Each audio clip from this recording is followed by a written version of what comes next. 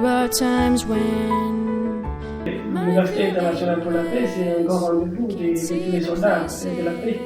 Et ce rendez-vous a vu le jour depuis 2013. Et c'était la RDC, le premier pays à accueillir sur son sol un pays africain et même des grands professeurs du mouvement Matima Gandhi. Et à partir de 2017, c'est maintenant nous qui partions maintenant pour répondre à cette invitation des soldats de la paix. Récemment, nous venons donc de Botswana, en Maonétique. Et voilà que nous sommes à la 8e session de ce grand rendez-vous de la paix où les soldats de la paix issus des différents pays fédèrent ensemble. Comme vous le savez, il n'y a pas de développement sans la paix. Et voilà pourquoi nous sommes là justement pour annoncer la 8e édition de l'Université internationale pour la paix qui va se tenir dans quelques semaines, ça veut dire le 14 avril 2022, nous serons tous à l'île Maurice.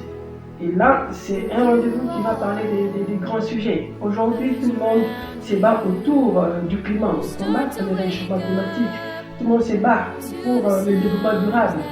Et c'est aussi ce grand appel du Conseil de sécurité des Nations Unies voulu dans ce qu'on appelle la résolution de 1950, qui fait un appel à la participation des soldats de la paix sur les questions sécuritaires et les questions de développement. Et pour nous, c'est un grand rendez-vous qui va montrer que les soldats de la paix se sont appropriés ce grand agenda tenu il y a de cela 8 ans maintenant, parce que nous parlons de la 8e session de l'Université internationale pour la paix. Quand nous parlons des soldats de la paix, ce sont des acteurs de la paix qui ont pour arme rien que l'amour, rien que les bonnes valeurs, les valeurs de la nouvelle citoyenneté. C'est cela que nous appelons les soldats de la paix. Ils n'ont que l'amour pour arme, nuit et jour. Ils sont armés que de ça, pour dispenser le vivre ensemble, dispenser la culture de la paix, et dispenser tout ce qui unit et mettre fin à ce qui nous distingue. Voilà ce que nous on appelle les soldats de la paix. Le grand objectif, c'est d'arriver à fédérer les efforts pour répondre à toutes les questions en attente pour le développement. Et nous sommes issus de différents pays, nous avons différentes cultures. Mais quand on va faire ces brassages-là, nous nous rappelons que we are one Africa. Quand bien même je viens du Congo, il y en a qui viennent du Togo, il y en a qui viennent du Rwanda, mais we are one Africa. Vous comprenez un peu. Donc l'objectif, c'est d'arriver à créer cette force-là, comme aujourd'hui on nous parle de l'Europe qui maintient sa force. Aujourd'hui les Européens fédèrent, mais si aussi les Africains peuvent arriver donc à parler le même langage et devenir cette force qui pourra aussi terrifier l'Occident ou d'autres continents, allez-y comprendre qu'on parlera que de nous. Et c'est ici qu'il faut commencer. On ne doit pas attendre qu'on prenne de l'âge. Donc, quand nous sommes encore jeunes, il y a l'esprit qui est encore vivant. Il faut commencer maintenant là. Donc, voilà, c'est pourquoi nous mettons un accès singulier sur les plus jeunes avant de qui vont représenter là-bas cette rencontre. Il n'y a que les soldats qui sont engagés dans la compétition. Vous savez que de telles sessions se payent toujours. Allez-y demander ailleurs pour participer à l'information.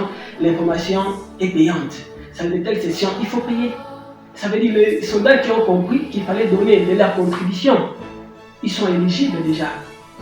Et c'est pour nous une façon d'encourager aussi l'autorité provinciale, parce que s'il faut que le gouvernement accompagne, le gouvernement ne peut pas accompagner les gens qui gardent l'étendue. Le gouvernement accompagne les gens qui ont compris que voilà, le développement, c'est pour nous tous.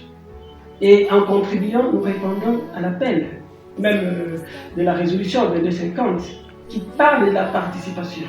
Quelqu'un qui contribue, il participe déjà. Vous comprenez un peu. Donc, il pourra prendre part à cette session que les soldats ayant compris que l'information, il faut la chercher.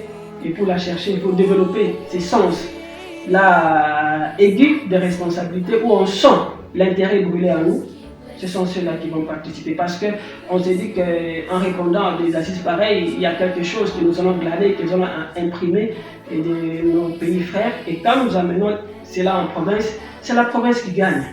Et quand la province gagne, c'est le pays qui est vu. Et quand le pays est vu, c'est les citoyens qui sont convoités. Ça va faire une année que l'appel a été lancé.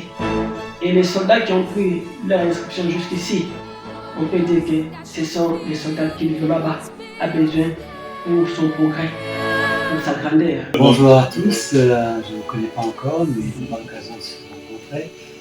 Et c'est une initiative vraiment très honorable de vouloir impacter la jeunesse et les décideurs politiques ou autres.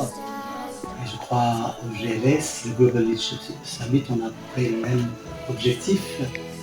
Et là, on peut aider pour que vous puissiez développer cet entrepreneuriat auprès des jeunes, auprès des décideurs. On le fera. Et donc, au plaisir de vous rencontrer bientôt en avril. Au revoir.